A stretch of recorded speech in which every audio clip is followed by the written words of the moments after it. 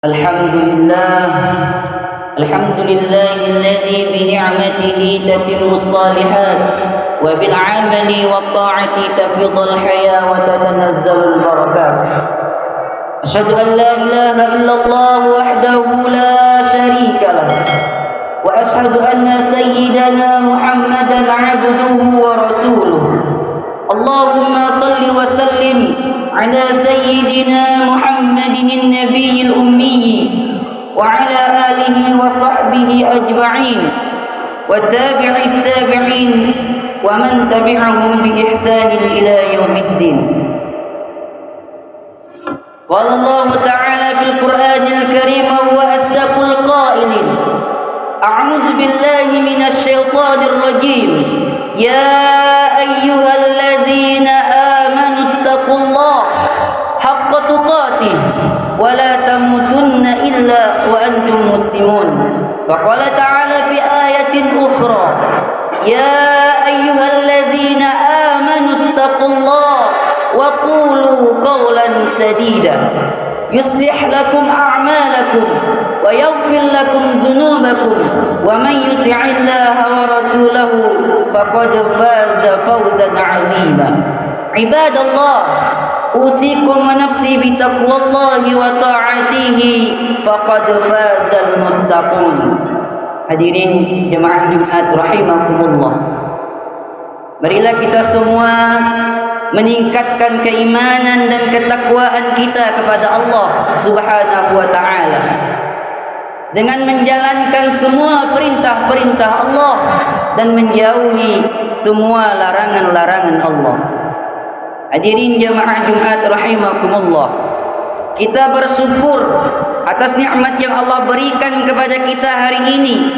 Ternyata Jumat hari ini Allah masih berikan kita nikmat hidup. Allah masih berikan kita nikmat sehat. Dan yang paling istimewa, Allah masih titipkan nikmat istiqomah dalam hati kita.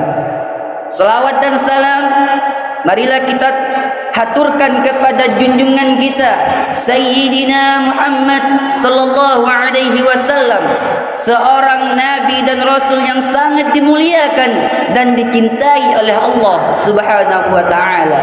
Mudah-mudahan kelak kita semua mendapatkan syafaat dari beliau baik di dunia maupun di akhirat. Amin ya rabbal alamin.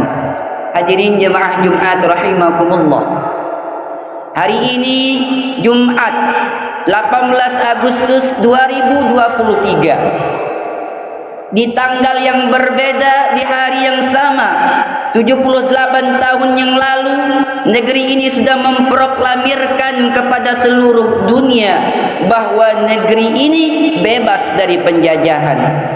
Kemerdekaan negeri ini merupakan nikmat dan rahmat terbesar yang dianugerahkan oleh Allah kepada bangsa ini.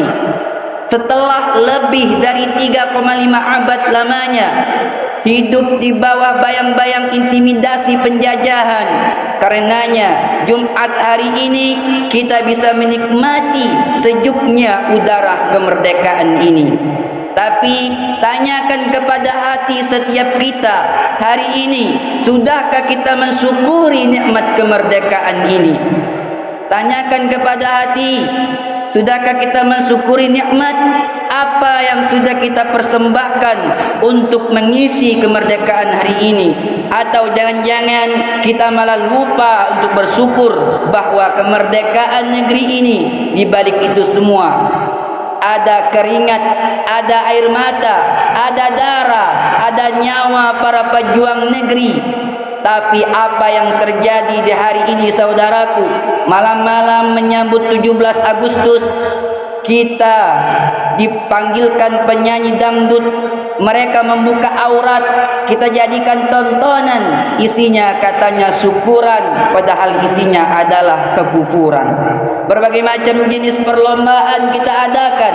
Tak salah mengadakan perlombaan, tapi banyak juga perlombaan itu yang sama sekali tidak mendidik, melahirkan nilai juang untuk negeri kita.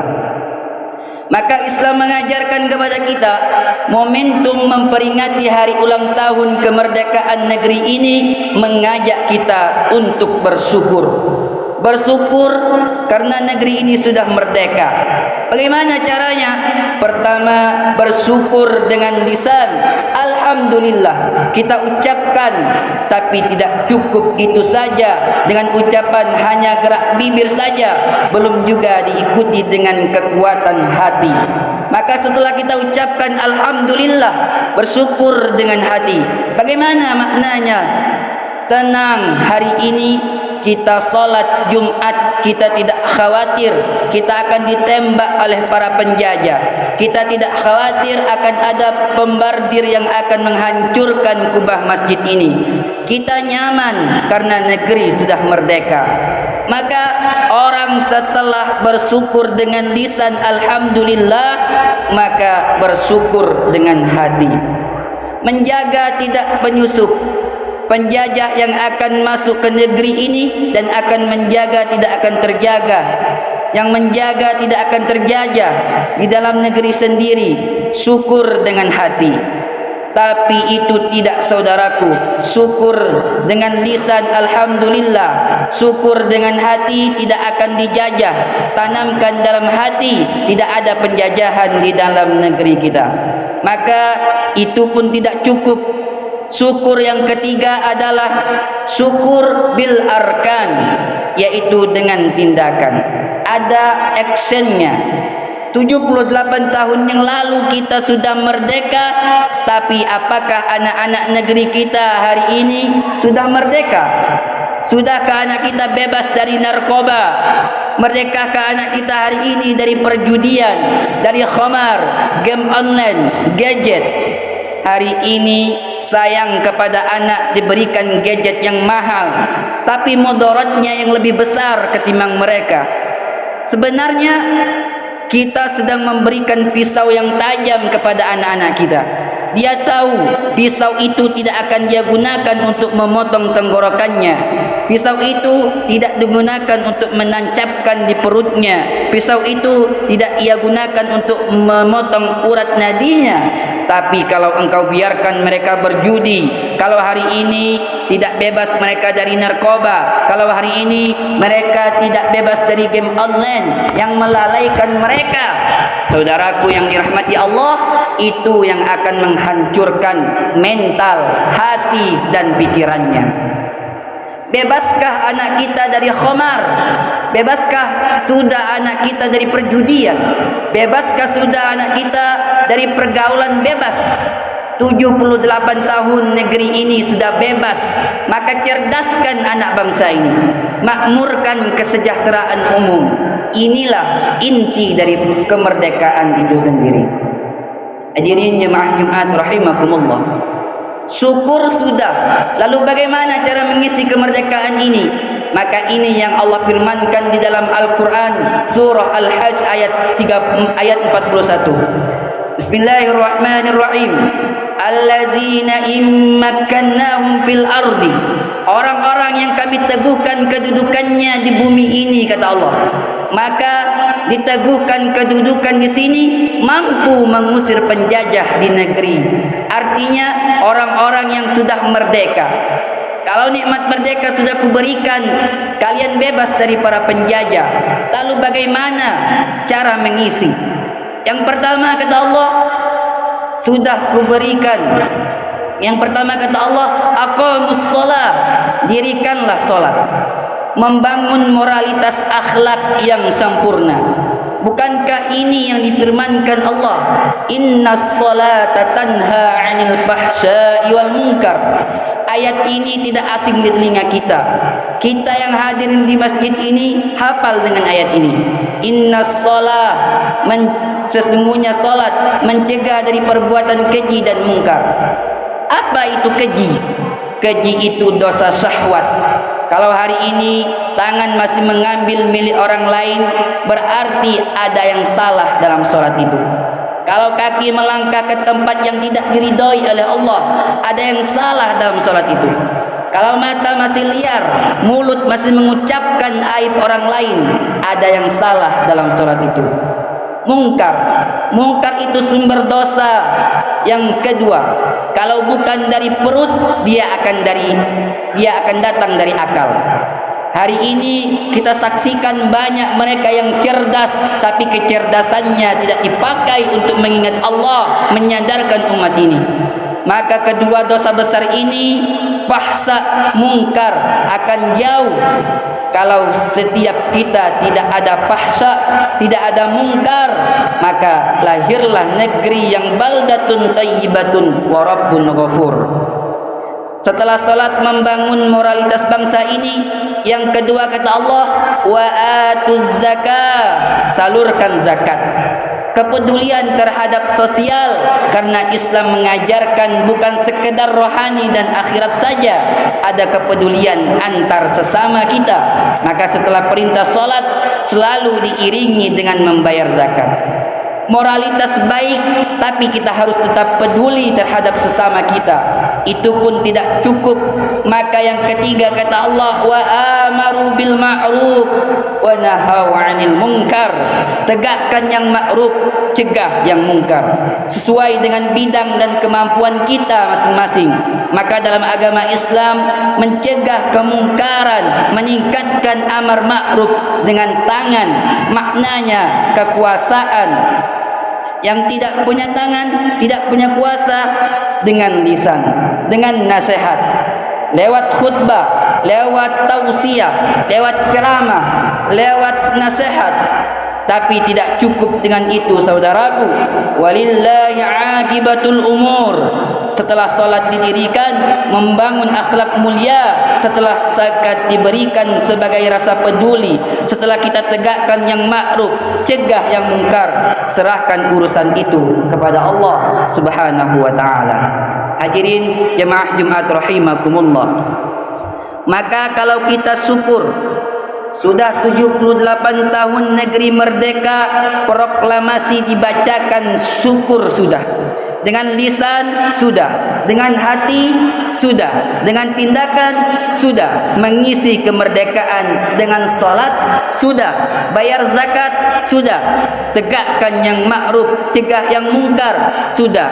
Itu tanda, saudaraku, berarti kita beriman dan bertakwa kepada Allah Subhanahu wa ta'ala.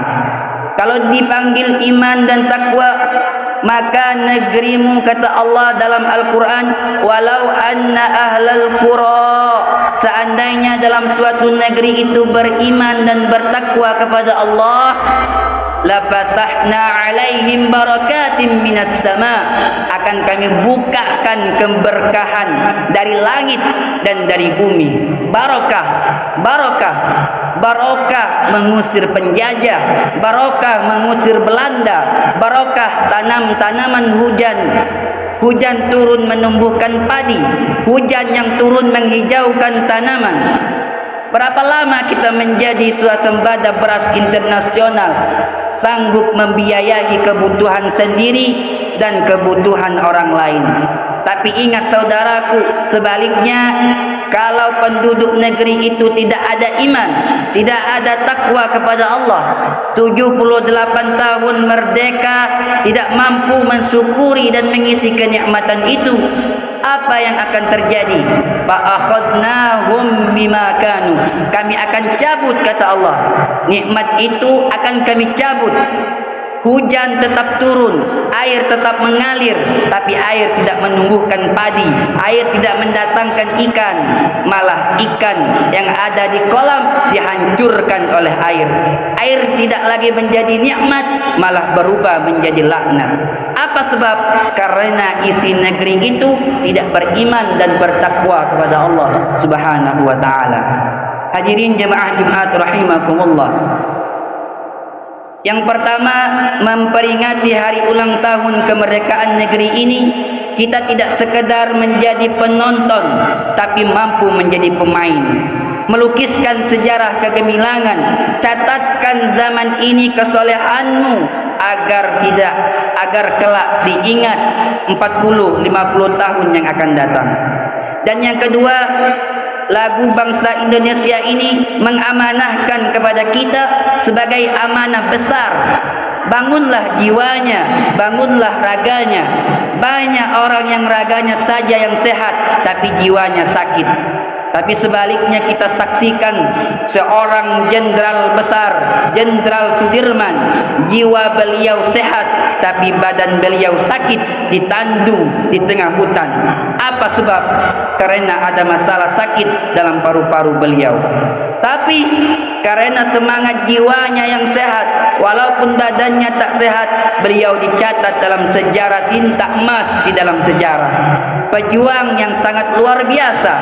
Maka ini yang dikhawatirkan saudaraku yang dirahmati Allah. Kalau hari ini kita tidak membangun jiwa yang kuat dan badan yang kuat, kita khawatir seperti ucapan Presiden pertama Insinyur Soekarno pernah berkata, perjuanganku lebih mudah karena mengusir para penjajah, tapi perjuanganmu sangat sulit karena melawan bangsamu sendiri. Hadirin jemaah Jumat rahimakumullah, marilah kita semua merenungi, sudahkah kita berkontribusi dalam hal kemerdekaan bangsa kita? Kita hargai para pejuang yang sudah gugur demi kemerdekaan bangsa kita. Mudah-mudahan kita semua mendapatkan hidayah, mendapatkan petunjuk dari Allah Subhanahu wa taala agar kita selalu ingat kepada Allah Subhanahu wa taala. Dan kita doakan semoga para pahlawan yang telah mendahului kita, mereka mendapatkan tempat yang sangat indah di akhirat kelak. Amin ya rabbal alamin. Barakallahu li wa lakum fil Qur'anil azim wa nafa'ani wa iyyakum bima fihi minal ayati wadzikril hakim. Aqulu qawli hadza wa astaghfirullahal azim li wa lakum wa lisairil muslimina wal muslimat wal mu'minina wal mu'minat fastaghfiruhu innahu huwal ghafurur rahim.